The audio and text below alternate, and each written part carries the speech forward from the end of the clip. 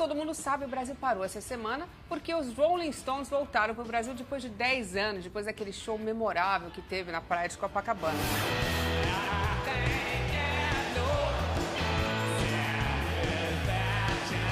E os brasileiros adoraram. Eles foram para São Paulo, para o Rio, estiveram aqui em São Paulo, estiveram no Rio, Porto Alegre, e realmente eu acho que os fãs dos Rolling Stones curtiram a beça. O Mick não é muito de falar, mas a gente do Super Pop pediu com jeitinho e eu acho que a gente conseguiu uma super entrevista com ele. Eu tô super curiosa e eu quero saber o que ele come antes do show, como é que tá sendo essa turnê e também falar um pouco do Vinyl, que é uma série que ele produziu agora pro HBO.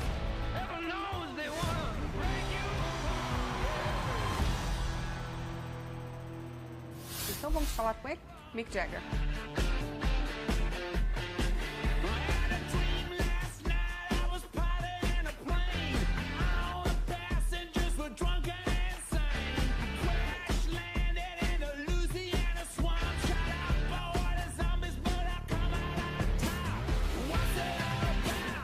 You're currently with the Rolling Stones here in Brazil, but I think we should start talking about vinyl because it's just being released here. It's all over the place. Yeah. HBO is raving about it. Tell me a little bit about vinyl. Well, vinyl, was an idea that I had many years ago with as a movie. It was going to be a movie, and we worked it up as a movie. And we wrote many scripts about it, and eventually, these movie things can be very long and sort of in their gestation and everything.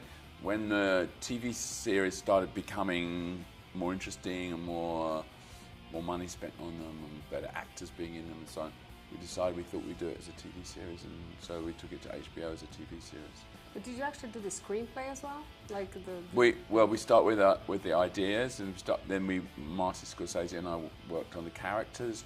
We had these two characters. One you see in the Vinyl series, he's now called Richie Finestra. Which is Bob Cannavale, Which right? is Bob Cannavale. Wonderful guy, yeah. yeah. Wonderful actor. And we had this other guy who was he managed this guy who was like a blues singer, and these two were sort of became friends, and that storyline is still part of the TV series.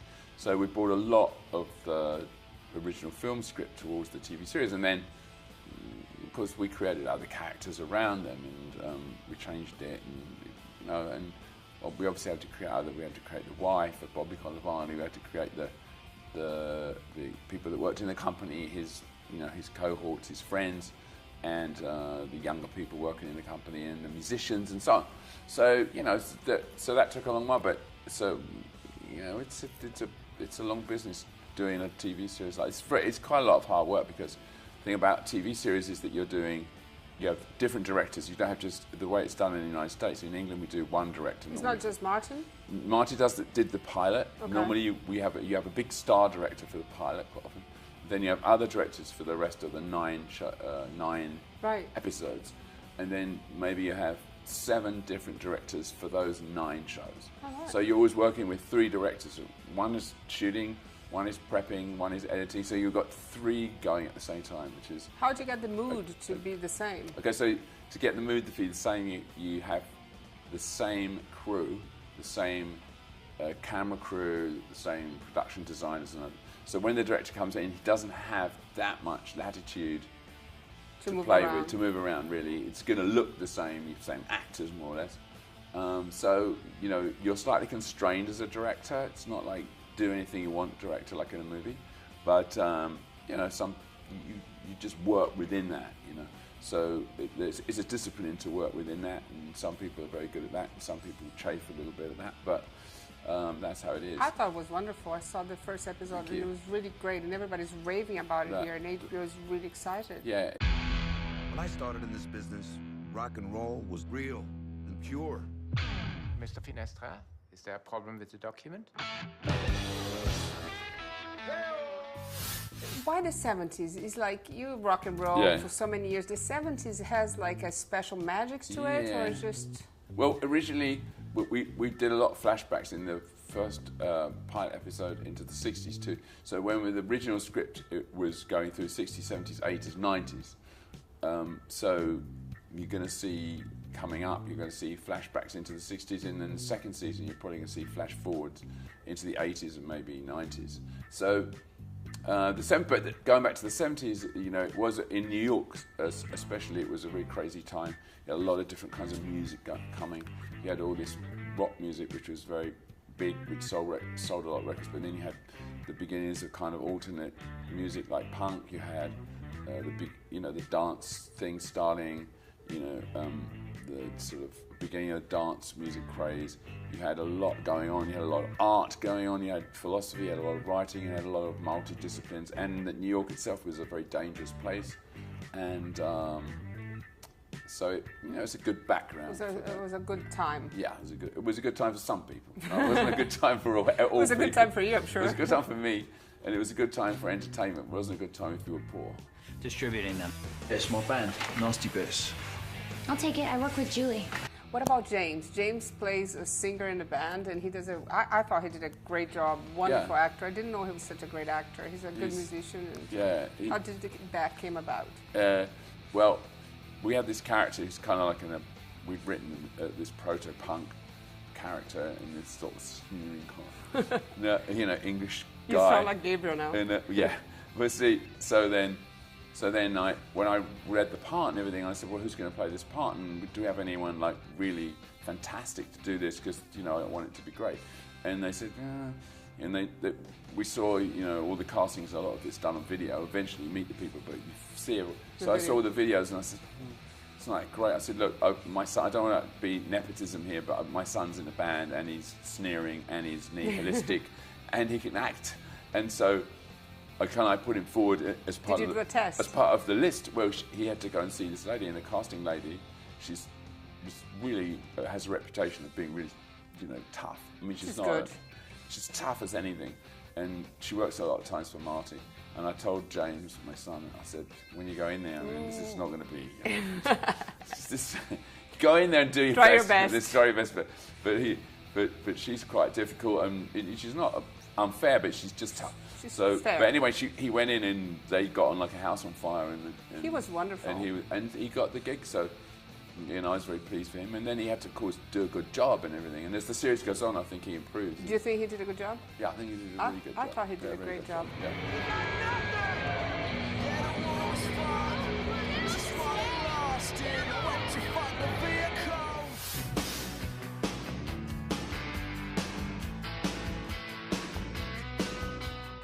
And how, Mick is a family man. He has so many children, so many grandchildren. Now I have a great grandchild, which is so cute. How do you manage the Rolling Stones, the HBO thing, the kids? How do you do all that? Juggling. How do you do that? Sometimes I drop the balls, but I don't know. I just try and. I mean, they're all grown up now. But I mean, Lucas is the youngest, and he doesn't really need looking after anymore. He's fine. But they're kind of pretty balanced group. My children, and then some of them have their own children, and they seem to be getting along quite cute. Balanced as well. And so, they kind of run themselves. I don't have to do that. But I mean, like, you like to have them around, I know. Yeah, well, I like to get them around. It's hard to get them all there all at the same time. Which is good now. It's a challenge, but we did it at Christmas. I think we had them all at Christmas. The great-grandchild, he's so cute. The great-grandchild is a little girl. The new grandchild, is called Ray. He's very cute. You can't miss the names. You got to be careful with that. No, I've got the names right. Ezra's the great-grandchild and Ray's the boy,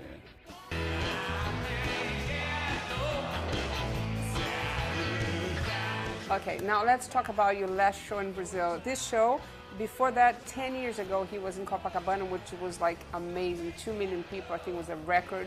Yeah. And now you came back to Brazil and first in Rio. How was the show in Rio? It was a really good show. It was warm, relaxed. It didn't rain, as opposed to. I thought it was a really good crowd. I mean, it just felt that kind of very relaxed feel. Before we were there, we were in Uruguay and Argentina. It's a different, every town is different. So you have to get the feel of each town. Rio has this, super relaxed feel, and it's not kind of edgy. It's not edgy, It's not. It didn't feel edgy to me. And Sao Paulo was again another kind of crowd. More people in Sao Paulo look through their phones, I think. Do it's more of a phone town. Like you see like a sea of large phones. What do you see when you're up there? Do you actually see the actual people, or you just see one big crowd? You see a big crowd, but then And you know, I phones. put the lights up.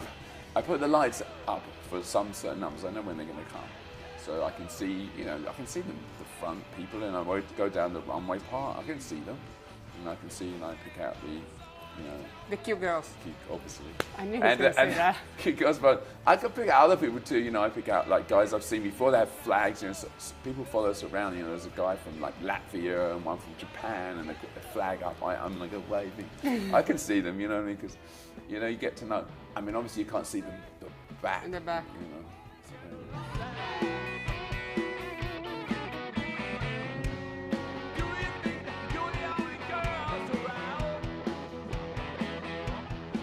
the energy was, the South American tour is very high energy, you know, so, and that makes us feel very good. So, you know, we haven't been here for so long. I can't believe we haven't been in Sao Paulo for 18 years. When we did Rio, and we did, as you talked about, that show on the beach, but we didn't. I don't know why we didn't come to here. I know you said. Anyways, here we are. Well, you're here now. Yeah. So, what's the difference between South America and the rest of the world? Everybody's the same? It's in the southern hemisphere. Thank you. Chupa, Luciana.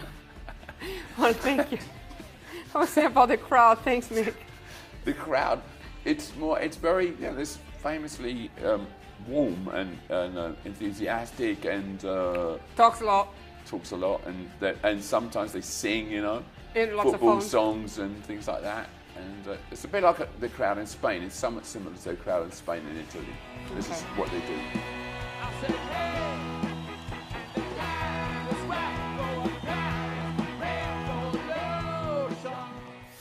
They always say, the press is always saying this is your last tour, but I feel like the energy of the group is so intense. You guys are producing, you're creative. It's like, you should never stop, but do you ever have a plan to stop? Or you should, because the energy is better now than ever, I think. Well, no, I don't have a plan to stop. You know, we do this tour, and then we're talking about, you know, what we're doing. New record, The maybe? rest of we've been in the studio just before Christmas.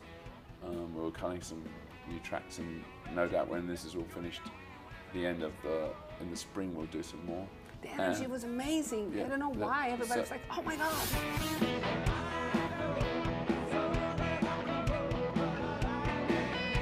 Now, everybody asks me, how come he has so much energy?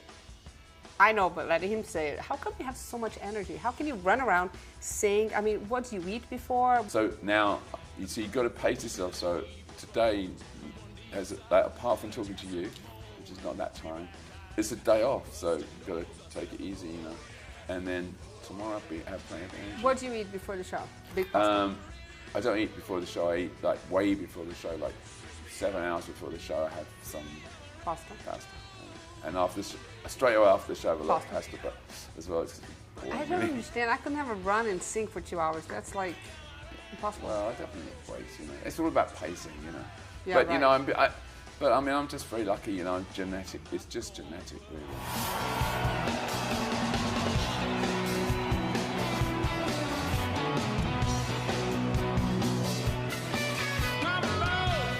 And how is to work with the same crowd? Like you and Keith go a long way back. Yeah. And, is it like you look at each other, if there's a problem, you know what's happening? That's good as well. I kind of, yeah, you know, pretty much with each other very well what each other's foibles are.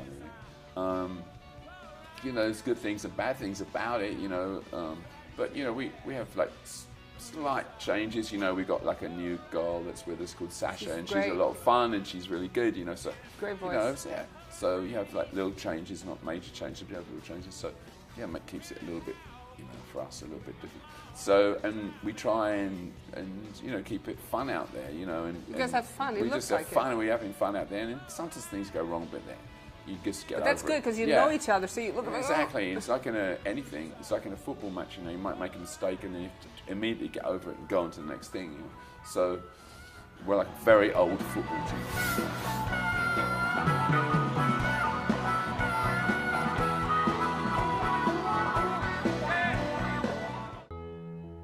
It's a god-awful small affair to the girl with the mousy hair.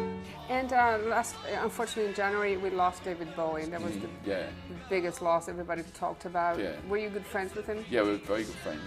And I hadn't seen him for a long while. He'd been somewhat reclusive in New York. And I was in a studio in New York, and you know, just before the record came out, and I'm friends with a guy that runs the studio, an Electric Lady, and he played me some of the tracks, and I said, "Oh, it's so good, these tracks, you know, this Lazarus and all this." I haven't seen David in ages. I've seen his wife, you know, at different events, but he wasn't. So I said, I must, you know, give him a ring, you know, and then I must recontact David because I haven't seen him for a while, and those things happen. It just goes to show, you know, you better do what you say you're going to do, now. You know, and then because it's so sad, and you know, it's really, you know, I was surprised, very upset and surprised at that point, you know, and episodes of it.